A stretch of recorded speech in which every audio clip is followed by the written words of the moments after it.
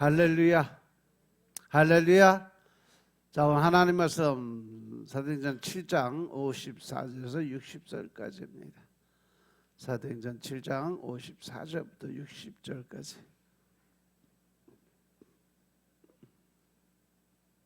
같이 합독합니다. 저희가 이 말을 듣고 마음에 찔려 저를 향하여 이를 갈거늘 스데반이 성령이 충만하여 하늘을 우러러 주목하여 하나님의 영광과 및 예수께서 하나님 우편에 서신 것을 보고 말하되 보라 하늘이 열리고 인자가 하나님 우편에 서신 것을 보노라 한데 저희가 큰 소리를 지르며 길을 막고 일심으로 그에게 달려들어 성 밖에 내치고 돌로 칠세 증인들이 옷을 벗어 사울이라 하는 청년 발 앞에 뜨니라. 저희가 돌로 스데반을 치니 스데반이 부러지져 가로되 주 예수여 내 영혼을 받으시옵소서 하고 무릎을 꿇고 크게 불러 가로되 주여 이 죄를 저들에게 돌리지 마옵소서 이 말을 하고 자니라. 아멘. 할렐루야. 오늘 말씀을 보면 스데반 집사가 이제 하나님 품으로 돌아가는 모습을 보여주고 있어요. 이제 오늘로서 이제 사도행전 7장의 말씀이 이제 마무리되는 겁니다. 요한복음 8장 1절부터 11절의 말씀 보면 가늠하다 잡혀온 여인이 돌에 맞아 죽을 위기에 놓이자 예수님은 너희 중에 죄 없는 자가 먼저 돌로 쳐라 하는 말씀을 해서 이 여인을 도와줬어요. 그런데 오늘 본문을 보면 스데반 역시 돌에 맞아 죽을 위기에 놓였지만 예수님은 그를 돕지 않았다는 거죠. 그 당시 스데반은 성령이 충만했고 고개를 들어 하늘을 보았을 때는 하나님의 영광과 그 우편에 서 계신 예수님을 보았지만 그 누구도 스데반을 구해주지 않았어요. 간음하던 중에 잡혀온 여인보다 스데반 집사가 더 신실하고 또 간음 중에 잡혀온 여인은 살고 스데반은 죽었어요. 왜 하나님은 이 스데반을 돕지 않았을까? 더 신실했던 스데반은 왜 죽어야만 됐을까? 하나님의 도움이 나타나는 기준은 과연 뭘까? 오늘 말씀을 통해서 그 이유를 통해서 오늘 본문을 통해서 말씀을 한번 살펴보겠어요. 대제사장은 스데반에게 이것이 사실이냐라고 물었어요. 여기서 말하는 이것은 스데반을 향한 고발의 내용. 유대 제사장들에게 매수된 사람들은 스데반 집사가 성전을 헐고 모세가 전해준 율법을 고친다고 말하는 것을 들었다고 말을 하며 허위로 고발을 했어요. 그 당시에 성전과 율법은 유대교가 가장 중요하게 여기는 거예요. 그런데 이것을 헐고 고친다는 것은 유대교의 뿌리를 흔들고 그 뿌리채 뽑아버리겠다는 그런 말이에요. 그 때문에 유대교의 종교 지도자들이 모인 산헤드린 공회는 스데반이 정말로 이러한 말을 했는지 스데반에게 물어본 거예요. 이때 스데반 집사가 대제사장의 질문에 말씀으로 답을 합니다.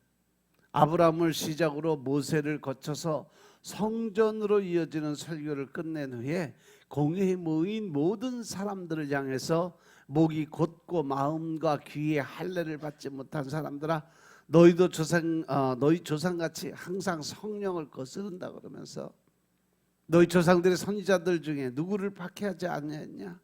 의인이 오시리라 예고한 자들을 그들이 죽였고 이제 너희는 그 의인을 잡아준 자요 살인자가 되었나니 너희는 천사가 전한 율법을 받고도 지키지 않았다라고 말을 합니다. 여기서 스데반이 말한 의인은 바로 예수님이십니다. 스데반 집사는 공회로 모인 자들의 그들의 조상처럼 하나님이 보낸 자를 박해하고 죽였다고 이야기를 하는 거예요. 하나님의 뜻을 거스른 일로 스데반 집사를 고발을 했는데 도리어 스데반 집사는요 공회에 모인 자들이 하나님의 뜻을 거스른다라고 고발을 했어요. 스데반 집사가 고발 앞에 조명 켜라. 공회로 모인 자들은 마음에 찔려서 이 일을 갈았어요. 여기서 마음에 찔린다는 단어는 이렇게 그 마음을 조각조각 내다 하는 뜻과 화를 낸다라는 그런 의미를 가지고 있는데, 우리말 성경 개역 성경은 조각조각 내다라는 뜻을 반영해서 마음에 찔려라고 번역을 했는데, 공동 번역이 또 표준 새 번역을 보면 화나다라는 뜻을 받아들여서 화가 치밀어 격분해서 이렇게 번역을 했어요. 이처럼 오늘 이 말씀은 두 가지 의미로 해석되는데, 문맥을 고려하면 조각조각보다는 화를 냈다라는 뜻이 더 적절한 표현인 것 같아요. 왜냐하면 뒤에 보면 스데반을 향해서 이를 갈고 덤벼들어서 스데반 집사를 돌로 쳐 죽였다는 이 말이 있기 때문에 그래요. 이를 갈았다는 것은 화가 치밀어서 감정이 폭발되는 그러한 의미예요. 속으로 그들의 감정을 삭힌 거예요. 왜냐하면 그들은 스데반의 지적을 반박할 수 없었어요. 스데반을 향한 재판이 고조될 때 스데반 집사는 좌우를 살펴 자기의 안위를 걱정하지 않았어요. 오히려 그는 고개를 들어 하늘을 바라봤다는 거죠. 그리고 그곳에서 하나님의 영광과 예수님께서 하나님 우편에 서신 것을 볼 수 있었어요.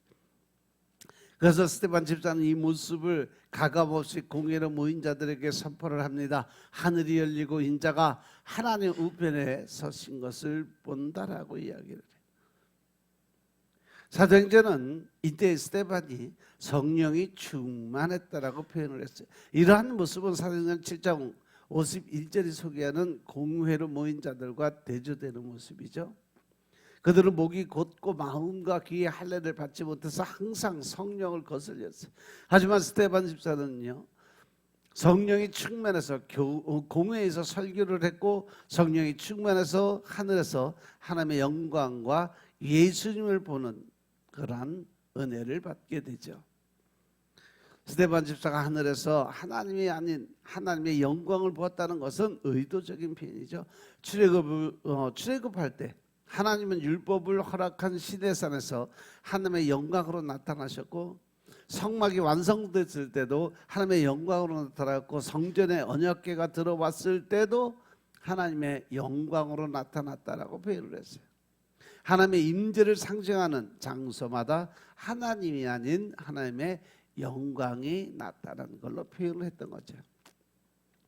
그런데 스데반 집사는요, 사도행전 7장 48절에서 하나님은 손으로 지은 곳에 계시지 않는다라고 말을 하면서 하나님의 영광은 성막은 물론이고 성전에도 없다라고 이야기를 했어요. 계셔야 할 하나님의 영광이 성막과 성전을 떠났다라고 이야기를 한 거예요. 대신 스데반 집사는요, 성막과 성전을 떠난 하나님의 영광이 이제는 하늘에 있다라고 표현을 했어요. 성령을 거스른 자들은 볼 수 없는 하나님의 영광을 성령님이 충만한 스데반 집사가 본 거죠. 따라서 스데반 집사는요, 하늘에서 하나님의 영광만 본 것이 아니에요. 스데반 집사는요, 예수님이 하나님 우편에 서신 것을 봤어요. 그래서 스데반 집사가 공회로 모인 자들에게 인자가 하나님 우편에 서신 것을 보았다라고 이야기를 해요. 이 말을 들은 공회로 모인 자들은 과거의 일을 떠올릴 수밖에 없어요.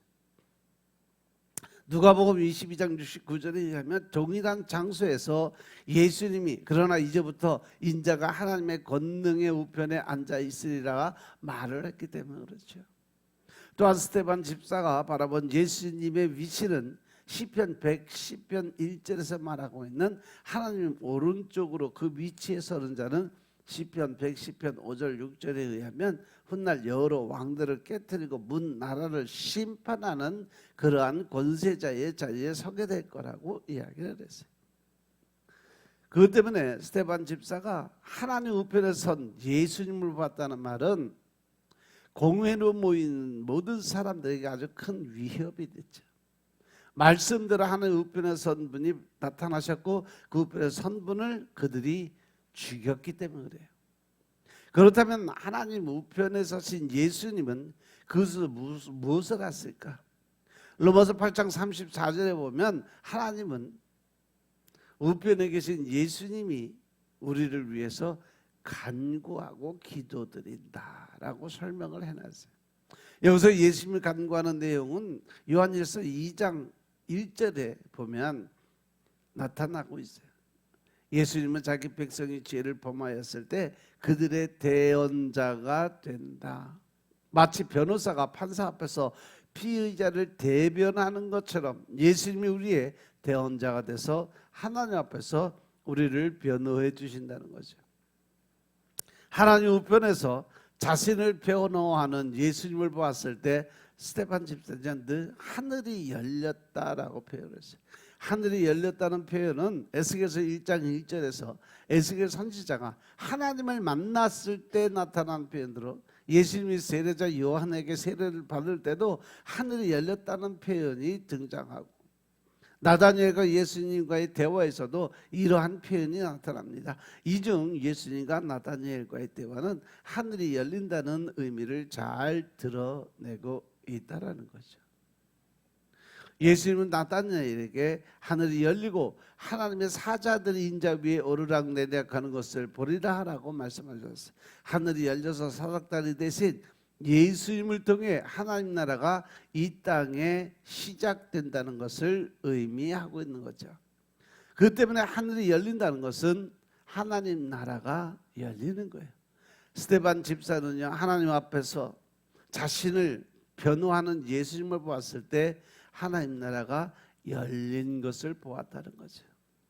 따라서 스데반 집사가 공회로 모인 자들에게 하늘이 열리고 인자가 하나님 우편에 서신 것을 보았노라 하는 말은 공회로 모인 자들을 두렵게 하는 말로 끝나지 않았어요. 굳게 닫힌 하나님 나라의 문을 예수님이 열었다는 선포였어요. 이러한 선포는 그동안 그들이 해왔던 모든 일을 부정했어요. 하나님 나라의 문을 열기 위해 수고하고 노력했던 모든 것이 다 헛된 것이 되었다는 거죠. 그래서 공회로 모인 자들은 더 이상 스데반 집사가 말하는 것을 허락할 수가 없었어요. 그러니까 그들은 큰 소리를 지르고 아예 스데반 집사가 말하는 거 듣지 않으려고 귀를 막아버리고 일제히 스데반 집사에게 달려들었어요. 이것이 사실이냐로 시작된 스데반의 신문은 이렇게 큰 소리를 지르며 귀를 막은 사람들로 인해서 더 이상 진행되지 못했다는 거죠.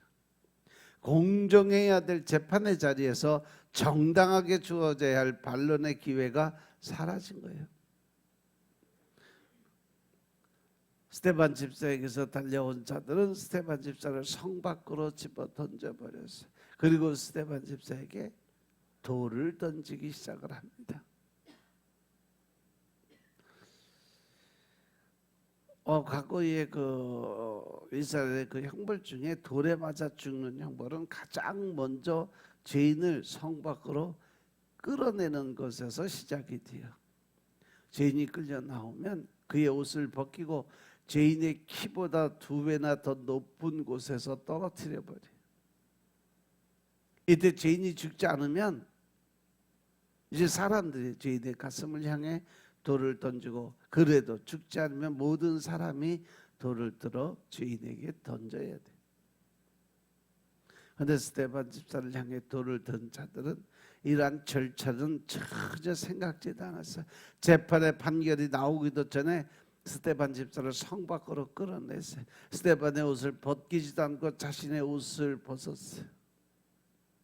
높은 곳에서 떨어뜨리는 일을 하지 않고 한 사람이 먼저 돌을 던지는 일도 하지 않았어요. 모든 절차를 무시하고 오직 스데반 집사를 죽이는 데만 몰두했다라는 거죠.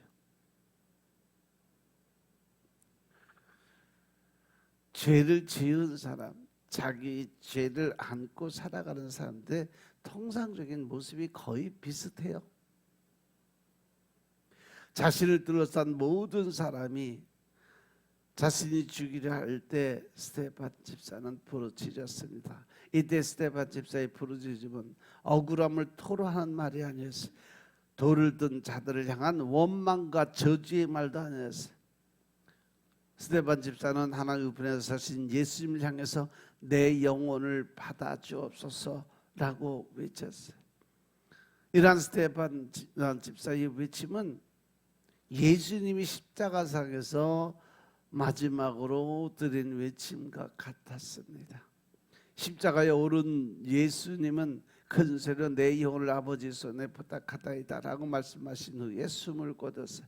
이뿐 아니라 스데반 집사는요, 주여 이 죄를 그들에게 돌리지 마옵소서라고 말을 했는데, 이것 역시 십자가에 못 박히신 예수님이 하신 말씀과 같다라는 거죠.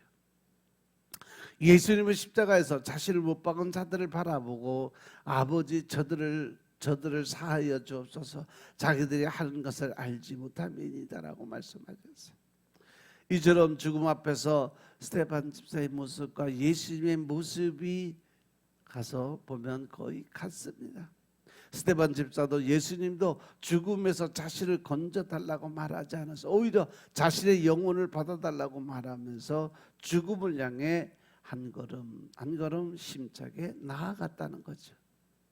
그뿐 아니라 죽음 앞에서 스데반 집사와 예수님은 다른 일을 미워하지 않았다는 거죠.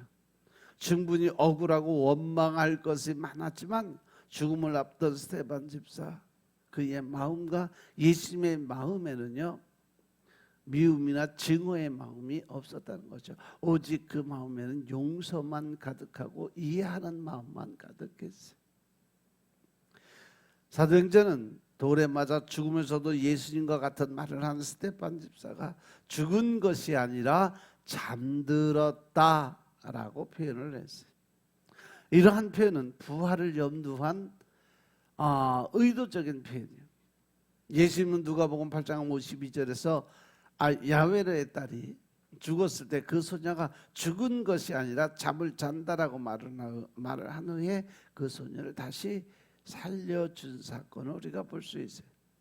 그뿐 아니라 예수님 역시 십자가에 달려 죽은 후 사흘 만에 부활해서 고린도전서 15장 10절에서 말하고 있는 것처럼 잠자는 자들의 첫 열매가 되셨음을 믿으시기 바랍니다. 그리고 예수님은 에베소서 5장 14절이 말하고 있는 것처럼 밝은 빛으로 잠자는 자들을 깨워 하나님 나라로 인도하시는 분이라는 거죠. 때문에 죽은 것이 아니라 잠을 잔다는 표현은 스데반 집사의 부활을 바라본 표현이죠. 스데반 집사가 예수님이라는 밝은 빛이 비춰줄 때 잠에서 깨어 하나님 나라에 들어간다는 거예요. 이제 다시 우리가 처음 질문으로 들어가 보면 하나님이 왜 돌에 맞아 죽어가는 스데반 집사를 돕지 않았을까? 그것은 스데반 집사를 하나님 나라로 인도하기 위해서 하셨던 일입니다. 스데반 집사를 향한 하나님의 목표는 그를 구원하는 것이었어요. 스데반 집사가 이 땅에서 잘 먹고 잘 사는 것은 하나님의 목표가 아니에요. 만약 그것이 목표였다면 예수님이 이 땅에 오시지도 않을 것이고 오셨더라도 십자가 달려 돌아가시지 않았을 것이에요. 또한 모든 기독교인들은 무병장수하고 부자가 돼서 천하를 호령했을 것이고 그걸 본 사람들도 더 나은 삶을 위해 기독교인이 되지 않았을까? 하지만 이것은 하나님이 원하는 결과가 아니라는 거죠. 하나님은 자기 백성을 예수님과 포교하고 구원하길 원하신다는 거죠. 따라서 교회로 부름받은 성도가 예수님의 등에 올라타서 예수님이 말하는 것을 말하고 예수님이 행한 것을 행하고 구원에 이르기를 원하신다는 겁니다. 그래서 예수님을 행음 중에 잡혀온 여자도 도와줬어요. 앞으로 그녀가 예수님이 베푼 은혜를 배워 그 은혜를 베풀며 살아가게 하신 거죠. 하지만 스데반 집사는요, 이미 그 은혜를 배웠고 그 은혜를 베풀며 살았던 사람이에요. 예수님이 말씀하시는 것을 말했고 예수님이 행한 것을 그대로 따라서 행함의 모습을 보였습니다. 그렇게 살다 보니까 예수님처럼 많은 오해를 받았고, 예수님처럼 많은 박해를 받았고, 예수님처럼 결국 죽음에 이르게 됩니다.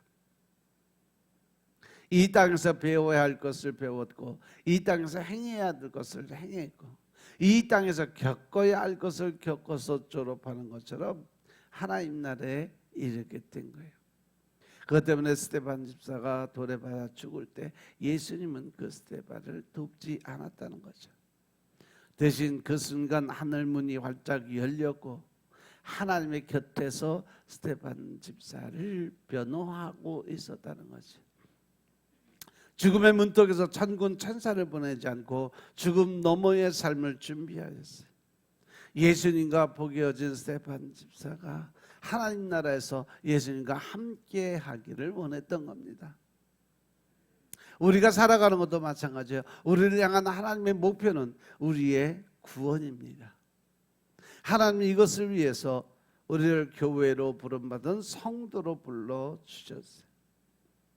우리가 성경에서 예수님을 배워서 예수님이 말씀하신 것을 말하고 예수님이 행한 것을 행하고 예수님과 복이어서 구원에 이르기를 원하신다는 거죠. 그것 때문에 우리는 지금 우리에게 주어진 삶은 예수님과 포개어지는 과정이에요. 우리는 이 과정을 통해서 점점 예수님을 닮아가야 된다는 사실 명심하시기 바랍니다. 가정과 직장과 이웃과 친구와의 관계 속에서 예수님을 드러내야 돼요. 예수님이 우리를 사랑하신 것처럼 서로 사랑할 줄 알아야 된다는 사실이죠. 예수님이 값없이 거저 자신의 전부를 우리에게 주신 것처럼 우리도 역시 우리의 모든 것을 값없이 거저 나누는 삶을 살아야 된다는 사실 명심하시기 바랍니다. 세상이 예수님을 조롱한 것처럼 조롱을 받아야 되고, 세상이 예수님을 미워한 것처럼 미움을 받아야 되고, 세상이 예수님을 박해한 것처럼 박해도 받을 줄 알아야 된다. 물론 이것들은 정말 힘들고 어려운 일이에요. 하지만 이것들보다 비교도 되지 않을 만큼 어려운 것은 그럼에도 우리가 그들을 용서해야 된다는 거죠. 그것도 한 번 아니라 계속해서 그들을 용서할 수 있어야 돼. 그것이 죽을 만큼 힘들어도 죽을 때까지 용서를 해야 돼요. 왜냐하면 예수님이 그렇게 용서해서 우리를 구원했기 때문인 것임을 깨달으시기 바랍니다.